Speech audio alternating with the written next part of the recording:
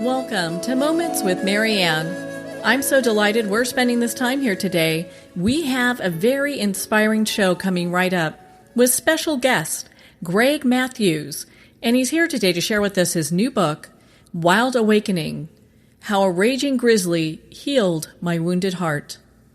Now, Greg has been a U.S. Air Force and civilian firefighter, EMT, Special Operations Rescue Technician, rescue helicopter pilot, fugitive recovery agent, World Trade Center attack first responder, and international consultant on emergency management and security. He currently serves as a U.S. Army Corps of Engineers Southwestern Division anti-terrorism officer. He is a founder of Chase What Matters Ministry. So let's welcome to the show, Greg Matthews. Thank you very much, and thank you for having me. It's an honor. Oh, the honor is all mine to have you here. My goodness, you're a hero to many. Thank you so much for all of your service over the years. I'm so delighted that we get to spend this time together. Well, thank you very much. That's humbling, and I've been looking forward to this interview. Well, I'm so glad that we're here, and I'm so glad that you're here because you had quite a harrowing experience, that most people, they just don't really even think could possibly happen. Yes, ma'am. There was harrowing is definitely one word. Terrifying is another word. Yeah. Well, and I know, so your book, Wild Awakenings, is getting some great reviews, and it talks about your experience with you and your brother, Matt. You had planned a hunting trip in Alaska, right? That is correct. It was a lifelong dream for us. And of course, growing up, and we both went in the service, we have families, those dreams kind of fade. And then we started re-talking about it because he retired from the Air Force up in Alaska. And so he was already up in the land that we wanted to venture out into. Mm. So when you arrived, what did you guys do? Well, when we arrived, did you want to, because we can talk about, there was 2 years of planning that went behind this. We had planned for everything. I was assigned to being a firefighter and EMT. I was assigned, obviously, making sure we had the medical equipment and the trauma kit that we needed. So once we had preparation, we loaded the boat. We were on a 26-foot jet boat, and we ventured about 14 miles into the Kenai wilderness and ended up setting up what they call a spike camp, which had our sleeping quarters, our storage of for all our gear to keep it dry. I was also responsible for the kitchen, bringing the T-bones, bringing all of this stuff, and it's definitely an art to get all those things there, and we were definitely not wanting for anything out there. And so that's the spike camp. One thing that is kind of interesting that a lot of people find hilarious, but we even got to the point where, okay, we've got all the food, we've got all the tents, we got everything we need, chainsaw, fire starter, everything, water, how to make water, how to purify water. But the one thing that most people, they're like, really? You went that far? And I was like, yes, I don't like bears, I don't like wolves. And so what we ended up doing was we got some 400-pound fishing line. We brought like 20 different aluminum cans and filled them full of BBs. And what we did is we circled the camp with this fishing line and strung these cans loosely on there so they'd rattle. Mm-hmm. And that was our bear alarm and our wolf alarm at night. And the first night it went off. I don't know what was out there, but it definitely worked. Wow. Well, for people who haven't done this type of camping, I mean, there's an art to it. I mean, you really have to prepare for all these things. And there are things out there like grizzly bears and wolves, and they're dangerous. They're absolutely dangerous. And from the reading that I've done on Alaska, I think there's actually more people killed by wolves than grizzlies, because when you see one wolf, they run in packs. There's certainly some other wolves close behind. And we actually heard wolves howling our first evening once we landed on that island spit that was our spike camp. And there's a lot of preparation that goes into it. If you imagine just going on a hunting trip, so I reloaded all the bullets because I had my rifle, but I also we were bow hunting for moose. So you have to bring all your equipment. You have to test your equipment. You have to test your GPS. You have to use set your maps. You have to have scouting reports. You need to be able to have the right gear. You need to be able to have the right clothing for the temperatures. You need to be able to dry that clothing if you're getting wet. You need to have sleeping arrangements. You need to have weapons to protect yourself. And the list goes on and on, down to the food, down to the water, down to the point of making sure that we make it back out of there alive, because they are apex predators in the Alaskan wilderness. So you and your brother, Matt, were kind of at different areas when the attack took place, right? That is correct. So go ahead. What was that like? So we pulled up. It was about 14 miles, like I said, into the Kenai wilderness, and we pulled up into this valley. If I could paint you a picture, it's two mountain ranges on both sides going up to about 5,000 feet. The colors on the leaves are changing.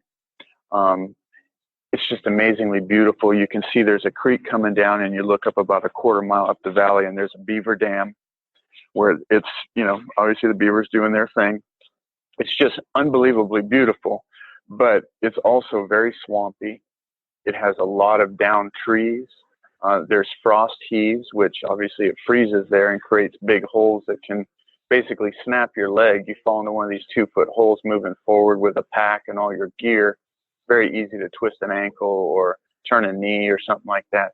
So it's beautiful, but it's definitely the area where moose like, which is some of the most inhospitable areas.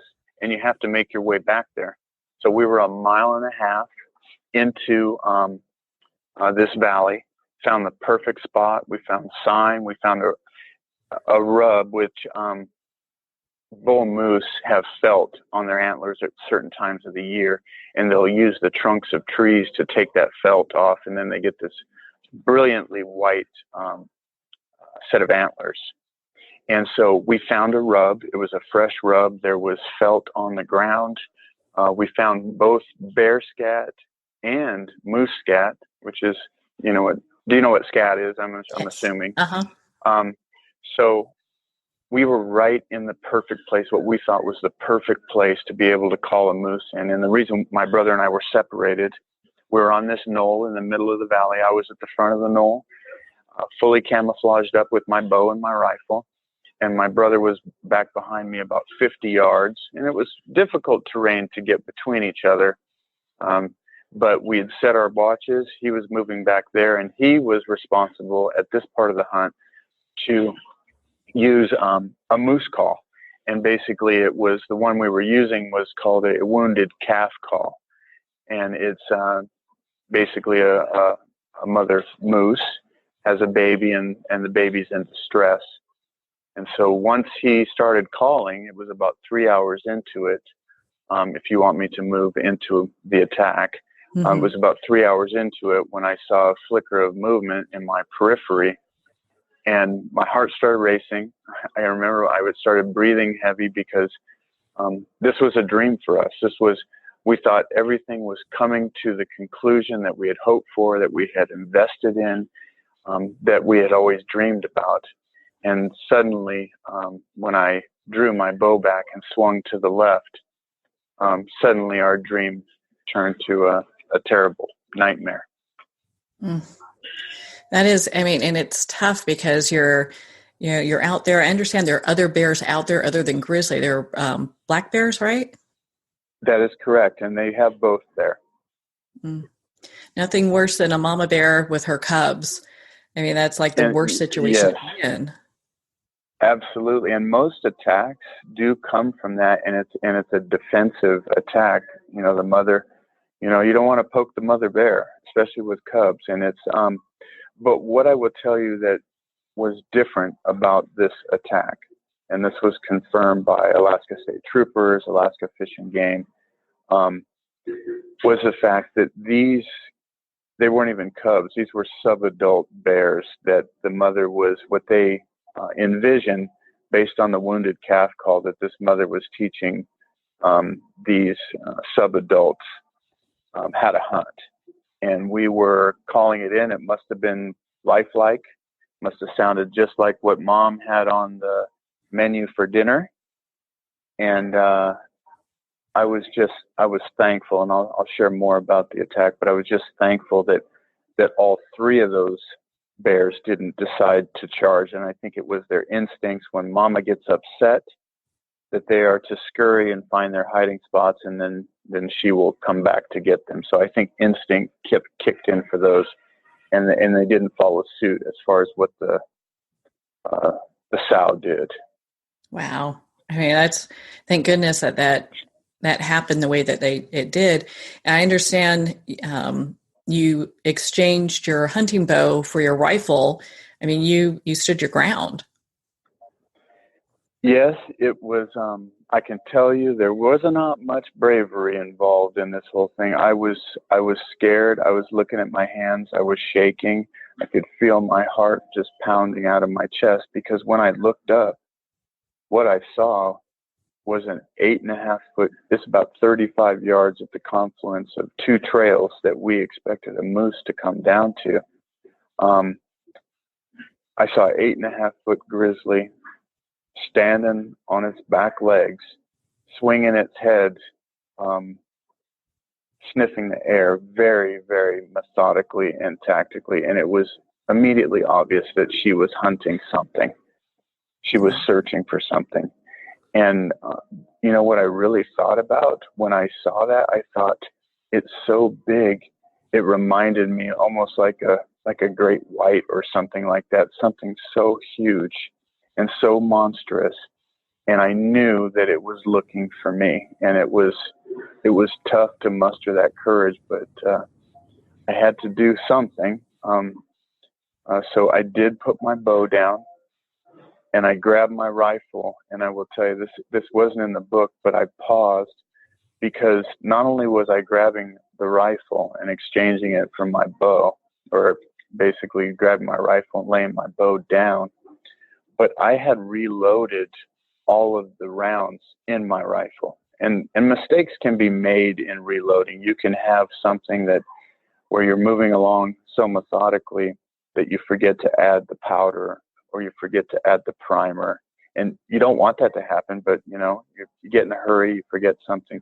So that dawned on me, and I was like, oh, that's the last thing I need to be thinking about. But so I wanted to hide. I wanted to run. But the way that these trails were laid out, the one trail that swept to, as it was coming towards me, that swept to the right, would bring it right directly to where my brother Matt was, and he would be totally unaware of anything, and that bear would be on him. And so, yeah, running is never an option. Hiding, that thing can smell like you wouldn't believe. And so I decided to, I low crawled around a tree. And interrupt me if there's a question that you want me to answer. But I went around the tree, and I brought my rifle up to look in the scope. And I had been glassing, which is scouting the ridge lines. And so I had the magnification dialed all the way up. And so when I held up the rifle, all I had was fur in the scope. It's like looking through a microscope. And so at that point, I didn't have the wherewithal. I wasn't thinking properly. I couldn't dial it back. I was scared. And so I just dropped the rifle down to my hip, and I flipped the safety off. And as soon as I flipped the safety off, that thing spun, still standing. Its head spun and looked right at me. And I can't tell you, it was like I was looking in the face of the devil. I mean, that's what I imagine it probably looked like, being that scared. And the thing dropped down to all fours. It let out a woof. Those sub-adults took off. I could hear them crashing through the brush. And it stood squared off looking at me, and slowly it went into slow motion. Its head started dropping down till its chin was probably 6 to 8 inches off the ground, looking right at me, never took its eyes off me. And then all of a sudden I saw this big black lip. It was just a black thing that curled up almost over to its nose, or up over its nose. And the ears laid down flat, and this muscle came out of the top of it. And this is all going on in slow motion. This muscle came out of the top of its head, and then all the hair stood up on its back and started charging me. Wow. Wow. I mean, that is just horrifying to think of and to have experienced that. I mean, we won't go too much into it. People can pick up their copy of Wild Awakening, but I mean, the bear attacked you and mauled you, and your brother actually was the one that intervened. Absolutely. Him and the Lord intervened. I mean, the Lord, and these are, the readers will be absolutely, everyone who's read it, as far as the galley copies, said that they have not been able to continue with the reading because it was just too overwhelming.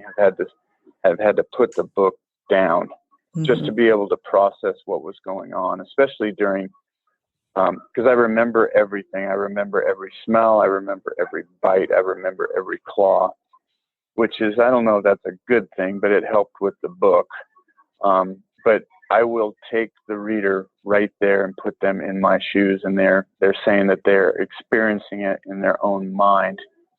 So what I won't go into is the number.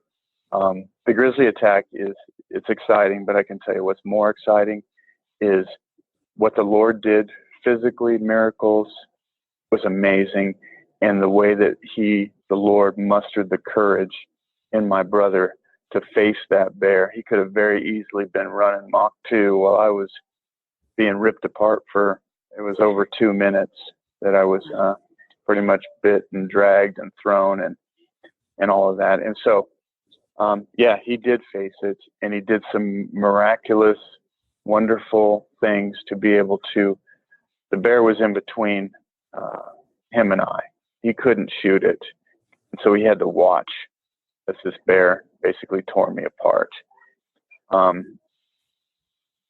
Him and I spent long times after this on the phone, just getting it out, sharing about it.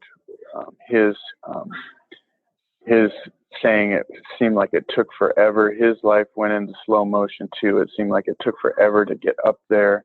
To me, of course, seemed like it took forever to get there because I was being chomped on, and he did everything he was supposed to do. And he just told me, he says, there was nothing going to stand in the way of him inserting himself between that bear and me, and that bear was not going to take my life. Well, I understand. I mean, because it's a difficult read at some points, but I think it gives the reader a really understanding of everything that you went through and this journey that you were on, and just how you got to the other side. I mean, you guys were in the bush, and finally, when the bear takes off, you guys are able to make it back to the boat, right? Yes, ma'am. And there's like no cell service. I mean, there are things that people aren't really thinking of. There's no 911 that's going to come and get you. You have to work to get to the boat. Absolutely. And, there's obviously we could chase a bunch of different rabbit trails. I don't know if you have any of your listeners who are hunters, but if you're going to do something like that, I made mistakes.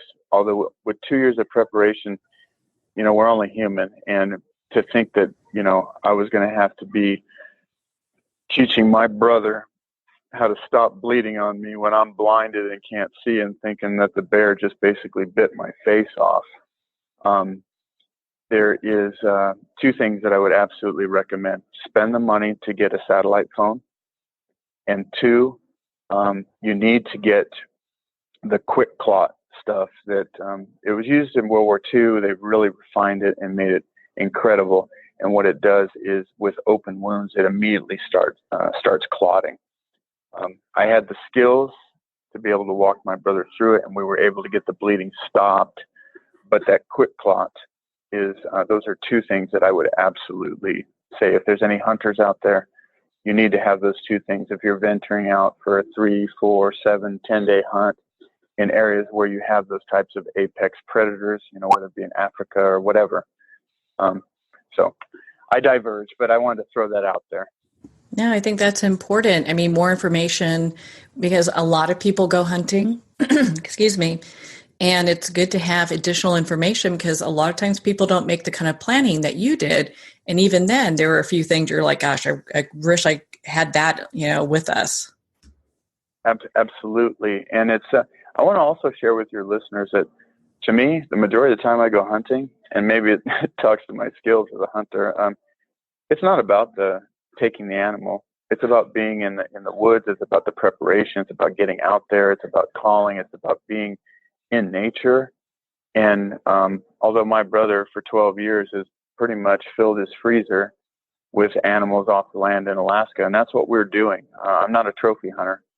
We hunt for meat. We eat everything that we take, and we do it in a way that is, for a quick kill on the animal. And, those animals are managed.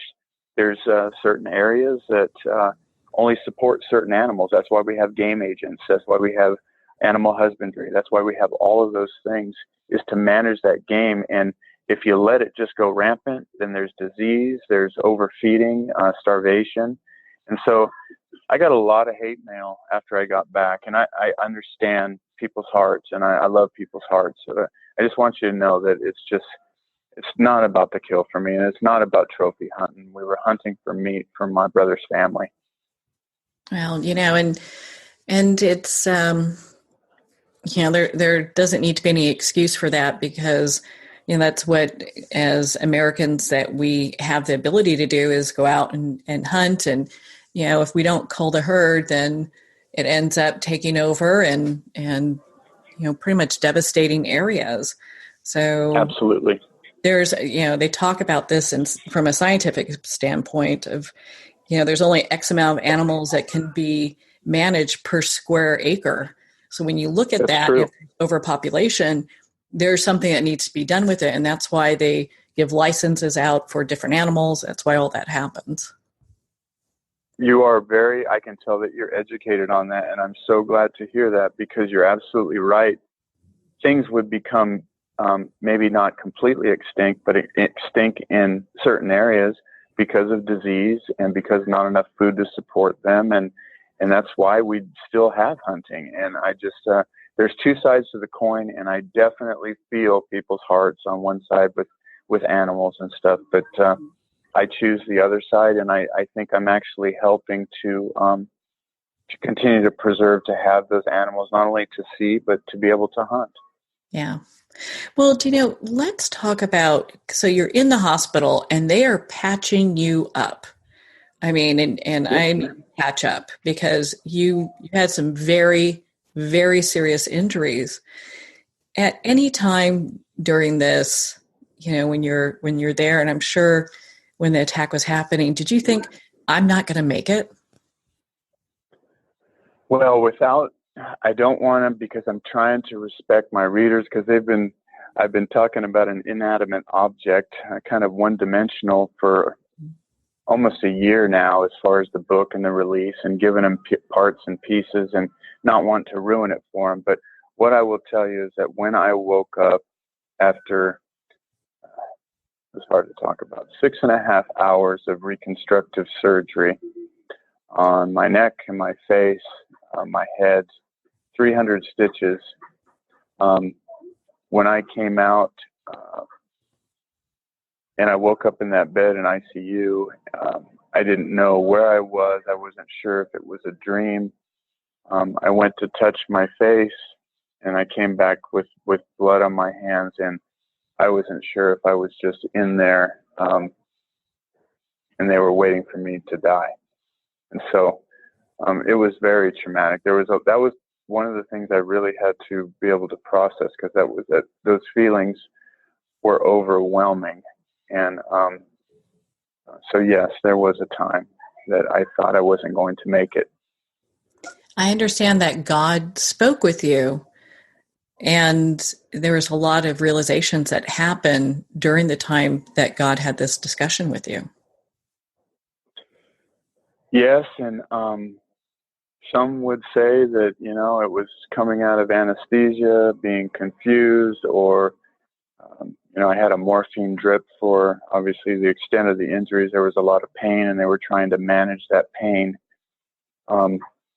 but the Lord did show up, and we did have a discussion, and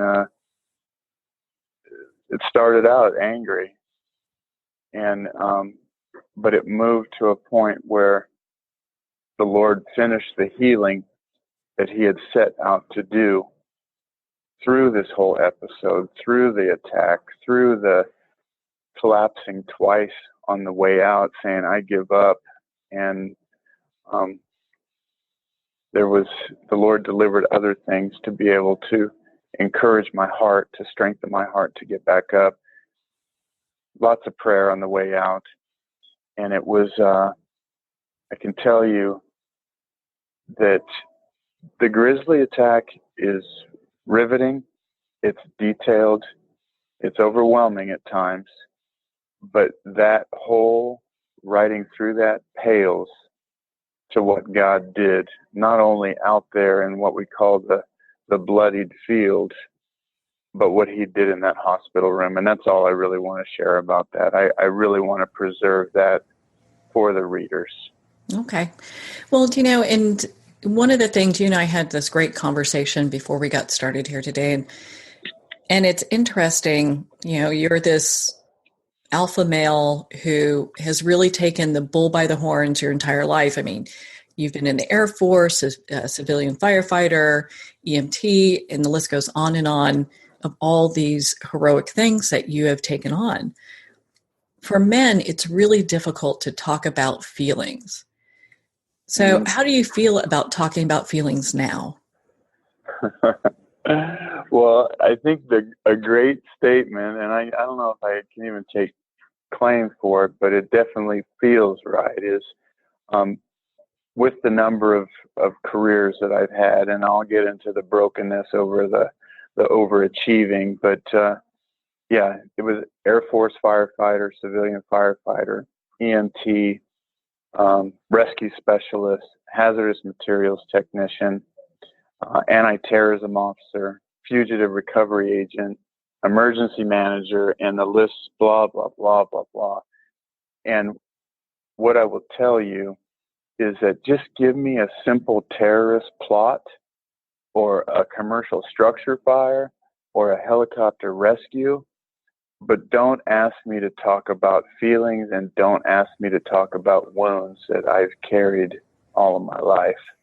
So I don't like to talk about feelings, but what I found is that for a man to be able to verbalize those and to be able to journal about them and to be able to share them in a trusted relationship with other men, there is absolute power in that I never knew existed until after this episode with this grizzly attack. Yeah, I think it's so important, because we're in this time where talking about your feelings is something that's encouraged and it's okay. And you are helping to elevate that discussion, especially with very masculine men who are, maybe A-type personalities. It can be really difficult to talk about how they're feeling or what they're going through. Just knowing from me, and I never want to, through the book or my interviews, I'm not interested in being the hero. I'm interested in being the partner with men out there. And I'm on the backside of Father's Day now. I have failed in many, many ways, even though I was present with my family. My heart, I know I brought in some abandonment issues with my family because I was aspiring to do great things, to stop terrorists, to do all of these different things, and it consumed me. And so all my family got, as far as my heart and being transparent and showing them that I love them in a deep, deep way, all they got was scraps. And I came to a point where the way I would classify it is I traded treasure for trash is basically what it came down to. When I was looking death, and I've come close before, with some of my other careers, I'd come really close, But when I knew I was possibly drawing my last breath, I can tell you, and I just want all of the men out there. It doesn't matter if you're fighting a grizzly or you're working your way up the corporate ladder or you're building a business. You know how all-consuming that can be, and how we can leave stuff in the wake of that really we don't know the value, and we don't understand how important and just how much we value them. We get to a point where we live a pseudo life. We live from the outside. We're well polished on the outside. You know, we meet a man within a minute. We're saying, you know, what do you do for a living? We identify with who we are on the outside and the things that we've achieved and the things that we aspire to achieve in our education and our new set of golf clubs and my new Matthews bow and all of these things. But when I was looking death in the face, none of that stuff. I thought for certain I would be at peace knowing that I had done all those things. But all that really mattered was making sure that I had one more chance to get back to my wife, to get back to my kids, because I had cheated them from just giving my heart to them in the ways that God intended, in the way that they deserved. And so my life is completely different. And I'm not saying, I want you to listen, please, men. I am not saying that you can't go out and do these things, these aspirations of greatness or helping people in dangerous ways, or climbing the corporate ladder to take care of your family or to be promoted. There's nothing wrong with that. But what I didn't have is the investment and the foundation with my marriage and my kids. It hurts to talk about it, but I'm making strides and I'm making changes. But those things are so critical to a foundation. And then let's not forget your foundation of your relationship with the Lord Jesus Christ. And I am not shy about that. I had it before the attack, but it is far surpassing. The Lord is so gracious. And if later on in the end, I'll share with you some of the brokenness that God had to make me confront as a lie that I adopted from when I was 8 years old. So I think I've said enough about that. Did I answer your question? You did. And the beliefs that you carried from 8 years old forward that impacted your life so greatly, we're actually going to leave that for our listeners that want to pick up a copy of Wild Awakening. I highly suggest Well, thank you for that. Yes. I appreciate that. So I understand that you have a ministry now that you're very, you founded and you're very involved in. Yes, it came along with the writing process, which it's been about 3.5 years. And that writing process was, I am not a literary scholar as far as polish, but I have gotten better through my agent and the assistant editor and writer. But there was a ministry that was spawned through all of this, and it's called Chase What Matters. Mm-hmm. And I'm finding that it's not just for men, it's for males and females, because there's a tendency in this broken world to follow after things that we think are valuable, but in the end, there isn't real value in what we have in our hearts and finding real purpose and real joy and real fulfillment. I know now rests in that foundation of relationships. So it's all based on that, and just wanting to come alongside men and women and me and them walking it out together. So it's not a finished, polished ministry. It's stuff that I've drawn from Wild Awakening and all the changes that have taken place in me. I've started another. I've got about 200 pages written in another book that I think I'm going to call Wild Endeavor. It's talking about some of the stuff that I was able to do in Africa, starting a national emergency service system in the jungles of Africa, and that ties into the brokenness and seeing it there. And I'm going to break it down into, chasing after the accolades when in fact I was loved the whole time. Nothing had ever changed. And then I have some people that are interested in coming alongside. And I think we're going to do a workbook for Wild Awakening. And there's also interest in doing a 365-day devotional through that, which I'm just so excited. The Lord is just peeling this onion back, and I'm patient. I'm waiting. Every time the Lord takes a couple steps forward, I'm just right by His side to pray about it and to lead me in the right direction. But I'm hoping that it's going to really impact men and fathers and brothers and families in a really, really positive way. Well, I'm sure it is, Greg, and you're making such an impact in the lives of so many, and you continue to do that. Your life is a legacy of that. Where can our listeners, where can our listeners connect with you and be part of your community?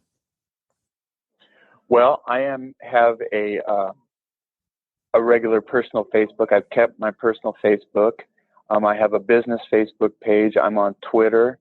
And I'm also on Instagram. And if you want to go, you can get linked to all of those just by going. I think it's https://chasewhatmatters.today. And then if that doesn't work for you, just Greg J. Matthews and then put grizzly attack. And I think there's about 2 pages of stuff, and it'll lead you right there. So I've tried to cover all the bases. I'm an old guy trying to learn the social media stuff, but I've got some really good help that the Lord has aligned me with, and hopefully that's enough information to get readers communicating with me. And I'm trying. I was apologizing yesterday. My thumb was going raw, doing all the likes on there, and I'm trying to answer everybody. Just because if this message of Wild Awaken is only meant for one person or one family, and the Lord is leading me right there, it's all going to be worth it to me. And I don't know who the Lord wants to touch with this, so I feel like I have to answer them all, or at least like their comments and stuff. So I don't know how long I can do that for, but I am doing my best. I'm really, really tired right now. It's been a whirlwind. It sounds like such a commitment doing all that, and I'm sure the readers and listeners really appreciate you taking the time to be that engaged. Greg, thank you so much for taking the time to be on the show with us here today. It was my privilege, and it's really, I mean it when I said it's been an honor. I've been looking forward to this. And thank you for being so gracious with your questions and protecting the book for the readers and everything, because I want to share it so bad. It's been 3.5 years, and I'm so excited. So thank you for your graciousness through this interview. Well, thank you, Greg. It's been such an honor to spend this time with you and to talk about your new book, Wild Awakening: How a Raging Grizzly Healed My Wounded Heart. Wild Awakening is available at Amazon, Barnes & Noble, and all indie retailers. If you'd like to connect with Greg again, you can at his website, chasewhatmatters.today. Well, we're at the end of our time today. I would like to thank everyone for tuning in.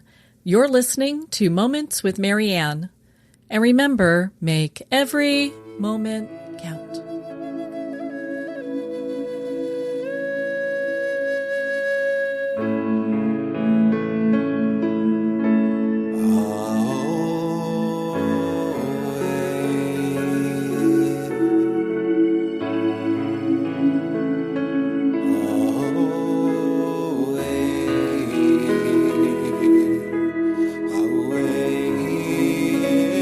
In a single moment, your life can change. Moments with Marianne is a transformative hour that covers an endless array of topics with the best of the best. Her guests are leaders in their fields, ranging from inspirational authors, top industry leaders, and business and spiritual entrepreneurs. Each guest is gifted and a true visionary. A recognized leader in her own work, and while teaching others to develop, refocus, and grow, Marianne will bring the best guest and sometimes a special surprise. Don't miss this. You never know just which moment will change your life forever. Moments with Marianne airs every Sunday, Monday, Thursday, and Friday at 8 p.m. Eastern and 5 p.m. Pacific Time. Make sure to tune in and visit momentswithmarianne.com for more information.